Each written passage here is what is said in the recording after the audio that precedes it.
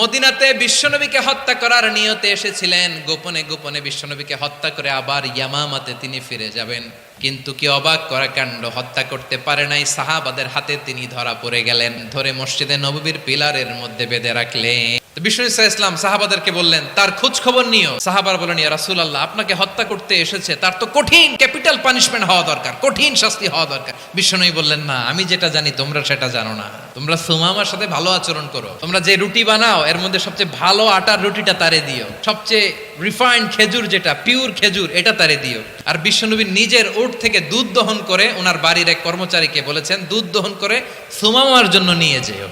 সবাই তো অবাক, ইয়ামামা থেকে আসছে নবীকে হত্যা করতে, বিশ্বনবী দেখে তারে জামাই আদর করে।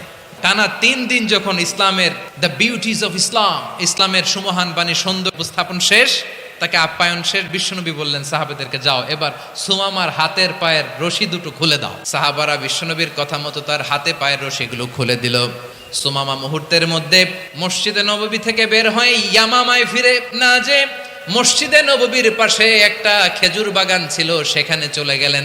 সেখানে একটা ছোট্ট কুয়া ছিল, কুয়ার পানি দিয়ে তিনি গোসল করলেন। সুবহানাল্লাহ পড়েন।